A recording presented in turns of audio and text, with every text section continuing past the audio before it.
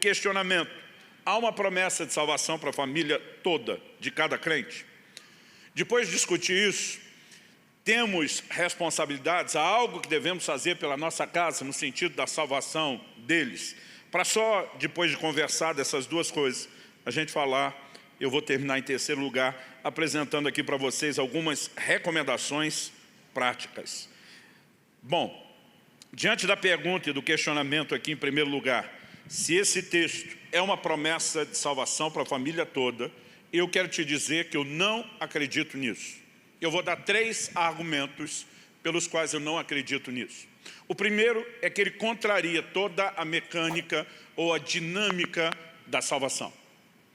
Nós precisamos, de fato, compreender e entender que a palavra de Deus, trabalha de uma maneira muito clara qual é o processo pelo qual as pessoas são salvas. Então, em Marcos, no capítulo 16, nos versículos 15 e 16, Jesus diz aos seus discípulos: ide, pregai o evangelho a toda criatura. Quem crer e for batizado será salvo. Quem não crer, será condenado. Qual é a dinâmica? A palavra é pregada, e daqui a pouco vamos falar por que ela é pregada, porque ela é a única que pode gerar fé no coração do ouvinte. E se a pessoa crer, ela será salva, e se ela não crer, já está condenada. A dinâmica é simples assim. Agora, não faz sentido eu acreditar que porque eu abracei a fé, e Deus prometeu salvar a família dos que abraçam a fé, então, independente dos meus familiares crerem ou não, ouvirem ou não o evangelho, corresponderem ou não, eles estão salvos porque pegaram carona na minha fé e na promessa que eu tinha. Isso contraria a dinâmica da salvação. O próprio Cristo, no Evangelho de João, no capítulo 3, naquele clássico versículo de João 3,16, o Senhor Jesus diz: Deus amou o mundo de tal maneira que deu seu Filho unigênito, para que todo que nele crer não pereça, mas tenha vida eterna. Como evitar se perder e ser salvo? Crendo. Verso 17, Jesus diz: porque Deus enviou o seu Filho ao mundo, não para que condenasse o mundo, mas para que o mundo fosse salvo por ele. Como o mundo pode ser salvo em vez de condenado? Crendo. Verso 18, quem nele crê não é condenado, mas o que não crê já está condenado, porque não crê no nome do unigênito Filho de Deus.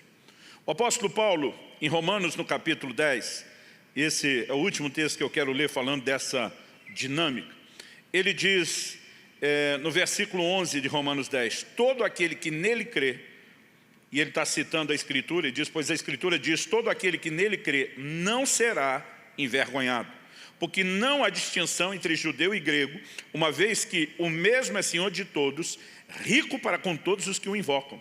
Por quê? E agora outra citação bíblica: todo aquele que invocar o nome do Senhor será salvo. Todo que invocar. Na sequência, qual é a lógica que Paulo aplica? 14, como porém invocarão aquele em que não creram? Ou seja, se para ser salvo tem que invocar o nome do Senhor, como é que eles vão invocar se primeiro não crerem? Depois que ele pergunta isso, ele pergunta: e como crerão naquele de quem nada ouviram? Porque se para ser salvo tem que invocar, para invocar tem que crer, para crer tem que ouvir. E ele questiona: e como ouvirão se não há quem pregue? E como pregarão se não forem enviados? Ele está falando de um efeito em cadeia. Ou seja, para que alguém termine invocando o nome do Senhor, o que o leva a ser salvo, ele precisa crer. Para crer tem que ouvir a palavra, para ouvir a palavra tem que ser pregada, e porque a palavra esteja sendo pregada, os crentes precisam ser enviados e mobilizados para essa tarefa, para essa missão, ou a grande comissão que temos de levar o evangelho a todos. Agora, deduzir que alguém será alcançado apenas porque é familiar de alguém que já creu, fere completamente a dinâmica da salvação, e eu nem vou me estender muito nisso, pelo fato de que me parece muito lógico.